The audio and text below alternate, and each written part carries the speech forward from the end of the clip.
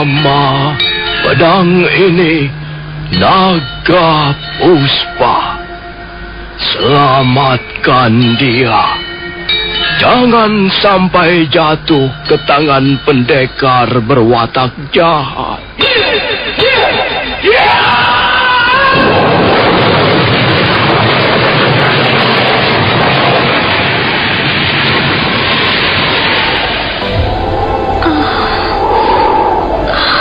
Kakang Kamandanu, kau masih juga tidak percaya bahwa aku mencintaimu. Mesin, maafkan aku, Mesin. Mesin. Mesin!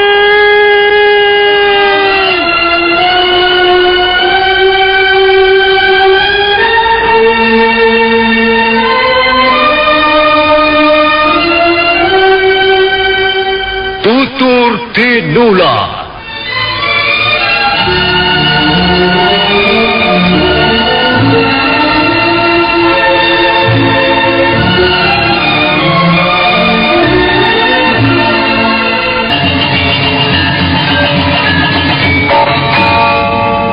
Sandiwara ini didukung oleh pemain-pemain radio yang sudah ternama. Ferry Fadli, Ivone Rose, dan Eli Ermawati.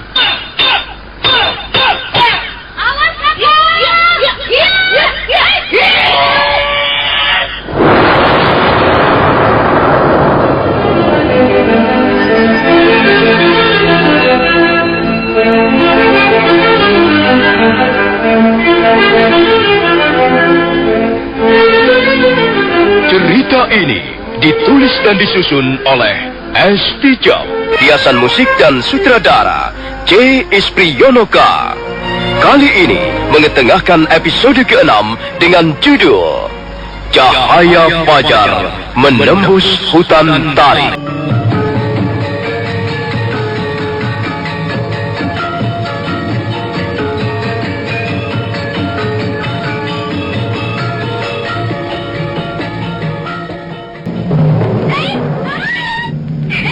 Kaki Tanpa Rawang dan Nini Raga Runting masih terus bertarung dengan sengitnya. Sementara itu, Arya Kamandanu mengintip dari balik rumpun belukar. Sekalipun dua-duanya sudah tua, tapi nampaknya mereka masih mampu bertempur dengan lincah dan gesit. Arya Kamandanu segera tahu bahwa dua orang tua itu bukanlah manusia sembarangan. Mereka tentulah dua orang pendekar yang tangguh dan pilih tanding. Ayolah sapi ompong, terimalah seranganku ini. Iya, ayo, teruskan seranganmu. Kambing pelot.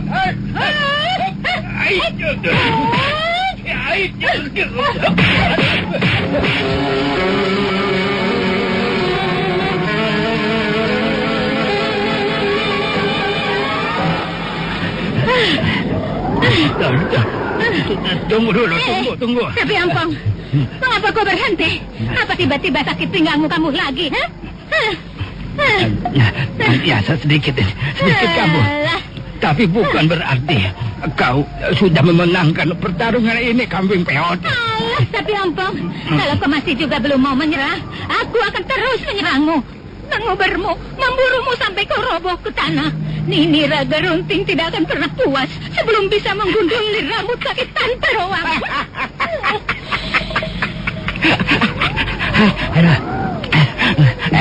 Kau akan menggunduli kepalaku, iya? Jangan. Ya, kalau kepalaku gundul tentunya aku tidak menarik lagi. Dan kalau aku tidak menarik, kau tentu tidak akan jatuh cinta padaku lagi. Jatuh cinta? Kamu jatuh cinta pada sapi ompong seperti kau ini? Dunia ini belum kiamat. Matahari masih terbit dari ufuk timur dan tenggelam di ufuk barat. Kau jangan mimpi kaki Tanpa Rawang. Bercerminlah dengan baik. Berkacalah dengan baik. Rugi kalau aku sampai jatuh cinta padamu. Nini Raga Runting, kau jangan mendustai hatimu sendiri. Aku sudah tahu sejak lama bahwa sebenarnya kau mencintai aku. Tidak tahu malu. Apa yang kuharapkan dari sapi ompong seperti kau ini? Kau itulah sebenarnya yang mencintai aku. Kau mengejar-ngejar aku. Kau memburu aku ke sana kemari. Dan kau kecewa karena ternyata aku tidak sudi melayani cintamu itu. Kaulah yang mengejar-ngejar aku. Kaulah yang memburu aku.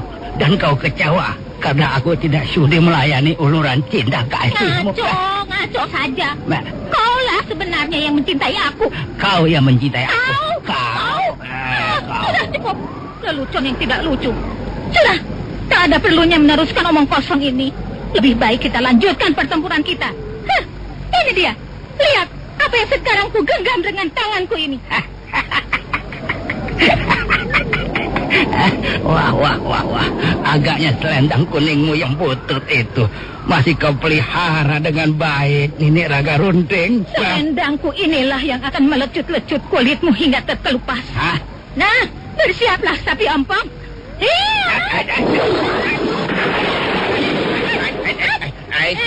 Bagus. Bagus sekali. Waduh. Seranganmu sungguh dahsyat, kambing peot. Untung aku bisa sedikit berkelit. Kalau kau tidak segera menghindar, barangkali tulang lehermu sudah remuk. Aduh, remuk. Wah, kalau tulang leherku remuk, kaulah yang akan rugi. Sebab kau akan kehilangan aku. Kau akan kesepian. Kau akan menangis meraung-raung karena kesepian. Dasar sapi ompong tidak tahu diri. Waduh, galak.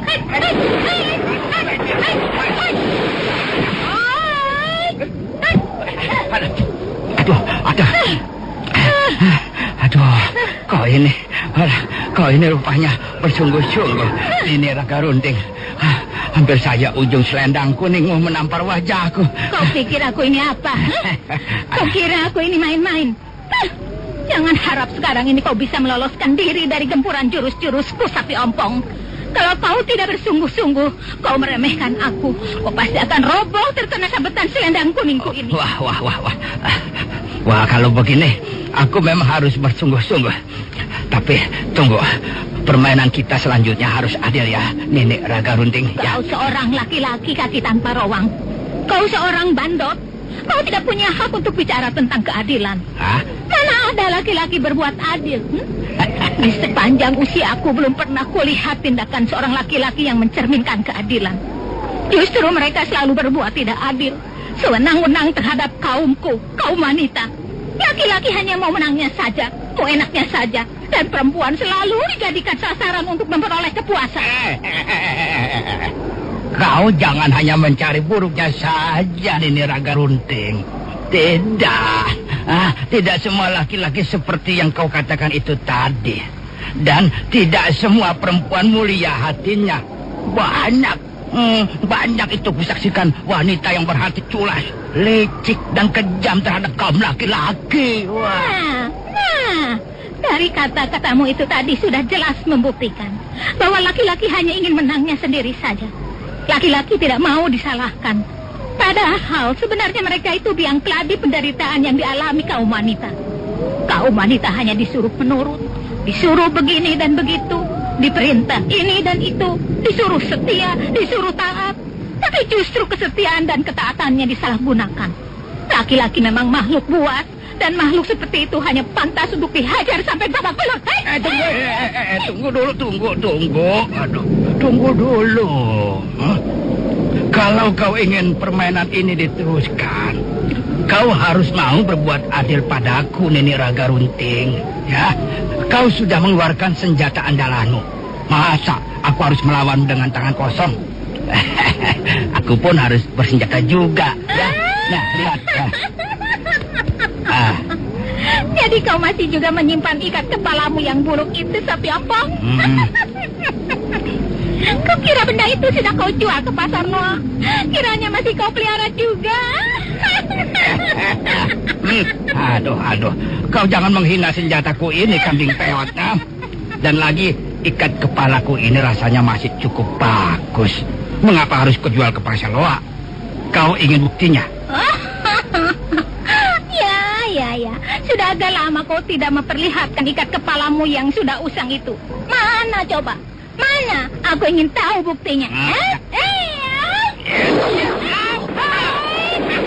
Awas tuh. Awas.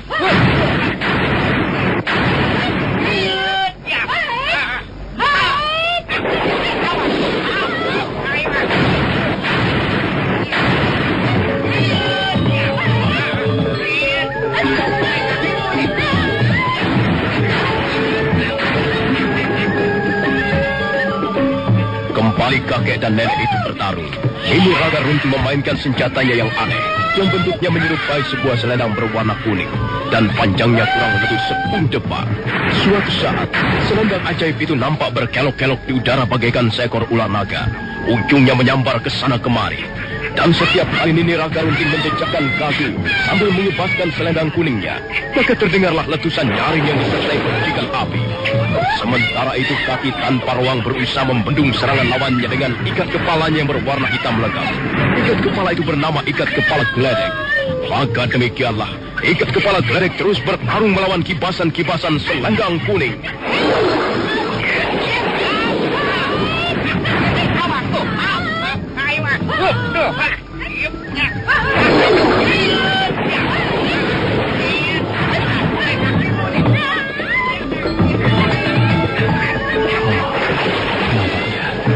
Tingkat kepandaian dua orang tua cukup seimbang.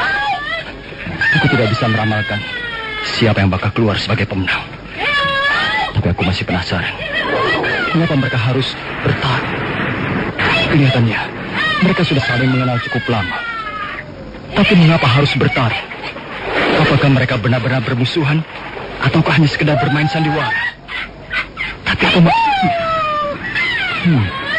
Siapapun adanya mereka berdua, aku tetap mencurigai kehadiran mereka.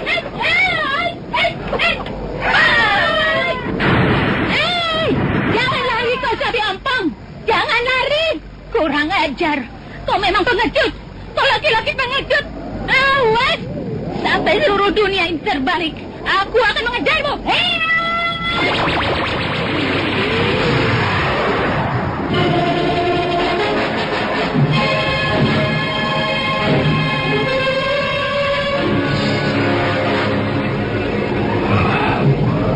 Aneh sekali perilaku dua orang tua itu.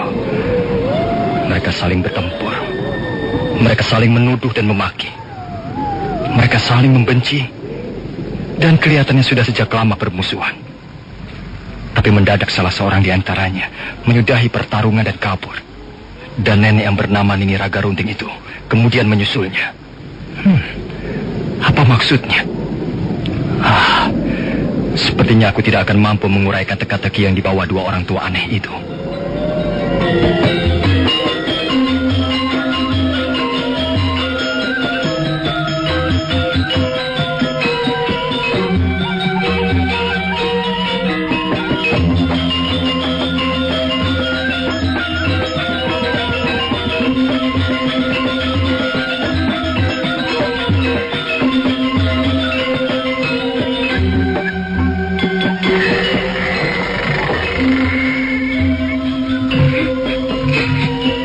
Panji?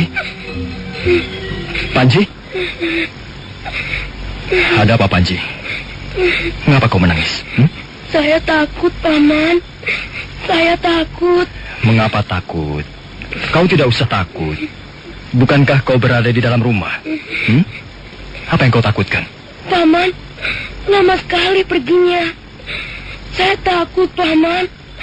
Saya takut sendirian berada di dalam gubuk ini. Sudahlah, sudah. Kau tidak usah takut, ya?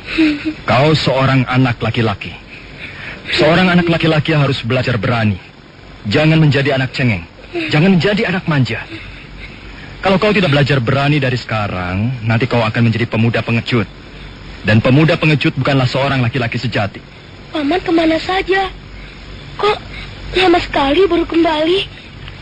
Dengar, Panji. Agaknya gubuk kita ini sudah diketahui orang lain. Paman tidak tahu siapa mereka itu. Tapi mulai sekarang, kita harus lebih berhati-hati. Kau tidak boleh bermain-main terlalu jauh. Kau dengar kata-kata paman? Iya, Paman. Saya dengar. Saya akan menuruti kata-kata Paman. Bagus. Nah, tentunya kau sudah lapar, bukan? Marilah kita makan malam bersama.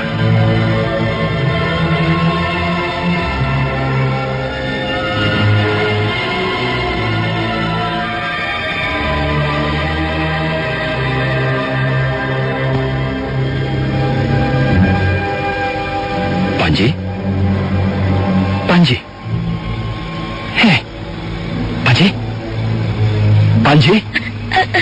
Iya, Paman. Ada apa, Paman? Kau sedang memikirkan apa? Entahlah, Paman. Hati saya seringkali sedih. Saya ingat Bapak. Saya ingat Ibu. Saya ingin sekali bertemu dengan mereka. Saya rindu sekali dengan Bapak dan Ibu. Di mana mereka, Paman?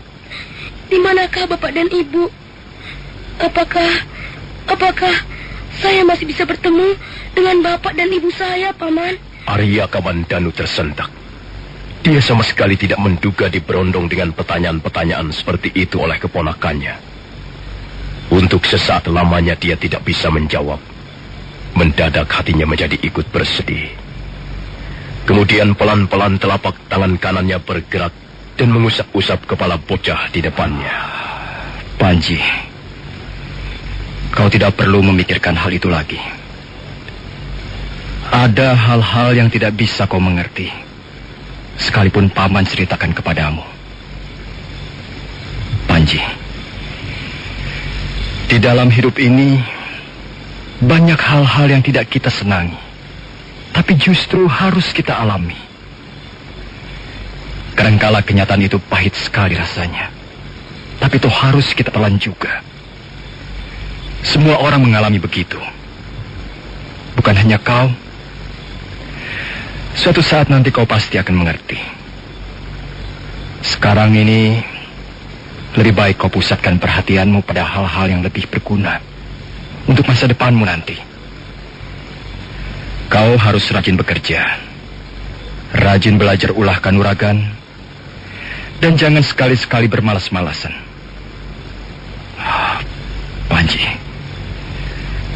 kau sayang sama Paman Kamandanu, bukan? Iya, Paman. Saya sayang sama Paman. Nah, kalau sayang pada Paman, jangan lagi bertanya soal itu. Kau harus percaya pada Paman dan menuruti segala kata-kata Paman. Kau mau berjanji? Iya, Paman. Saya mau berjanji.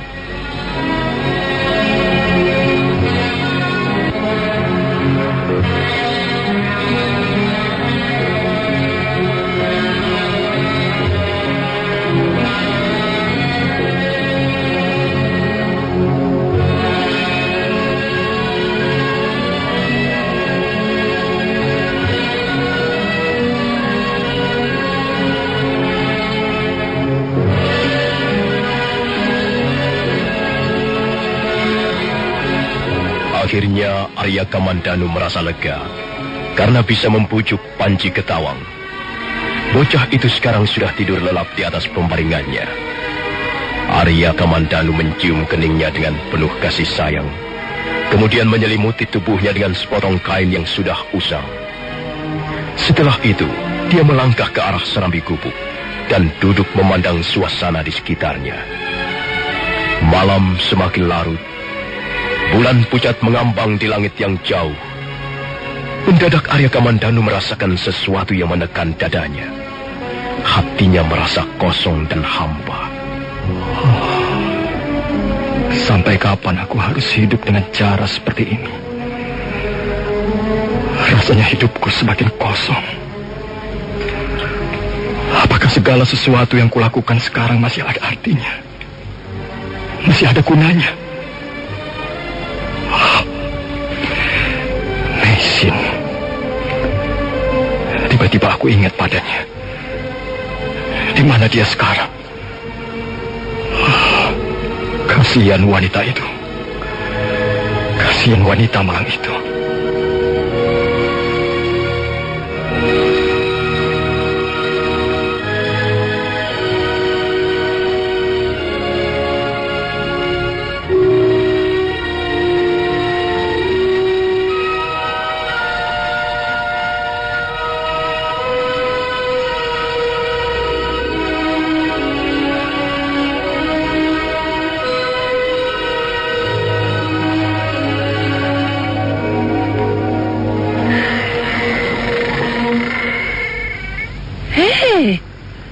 Apa yang kau lakukan di situ? Saya sedang membersihkan ruangan ini, Nyai. Ruangan ini sepertinya sudah kotor sekali. Apa? Hah? Enak saja. Kau jangan bekerja semau-maumu sendiri, tahu? Kau harus bekerja sesuai dengan peraturan di rumah ini. Kau harus bekerja sesuai dengan apa yang aku perintahkan. Maaf, Nyai. Saya belum tahu peraturan di rumah ini. Maafkan saya, Nyai. Dengar. Kau harus bangun sebelum matahari terbit. Setelah itu, yang pertama kali kau kerjakan adalah mencuci pakaian. Kemudian, pakaian itu harus kau jemur di belakang rumah. Setelah itu, kau harus memberi makanan semua ternak yang ada di halaman samping. Nanti, Sampit akan mengajarimu bagaimana mencampur makanan ternak.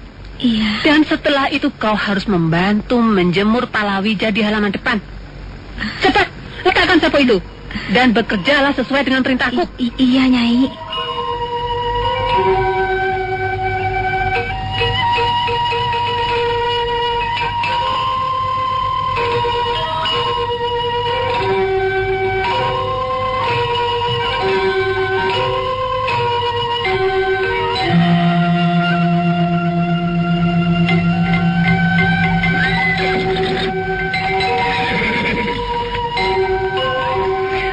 Aku tidak lama, Nyai.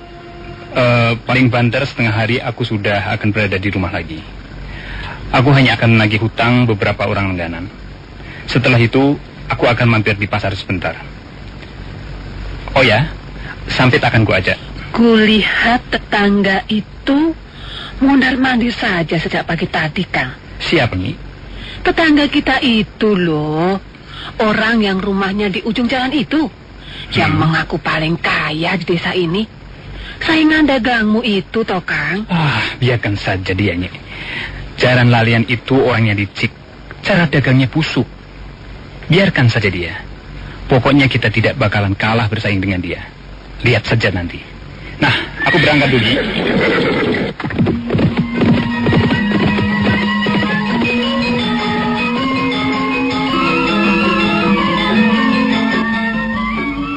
Pagi itu wajah Wangsa Alemu kelihatan cerah. Secerah langit yang tidak sedikit pun mengandung awan. Laki-laki bertubuh pendek gemuk itu menuntun kuda coklat berbintik-bintik putih menuju ke pintu halaman. Saudara pendengar, bagaimanakah kisah selanjutnya? Nantikan saja lanjutan kisah Tutur Tinular ini dalam seri berikutnya. Sampai jumpa.